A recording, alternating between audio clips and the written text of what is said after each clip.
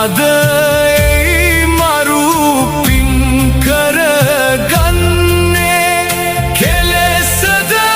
හෙට මරු නේති සිතන්නේ කිකලද මහසෙන් මරු ඇපවන්නේ කුමටද කුසලට කම්මැලි වන්නේ කලකිනි බුදු කෙනෙකුන් උපදින්නේ පුන් සඳ මෙන් කඳු මුදුනේ දිස්වෙන රන්වන් සිවුරක්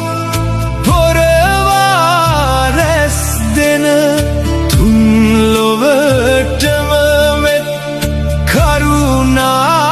කරුණාවස්සන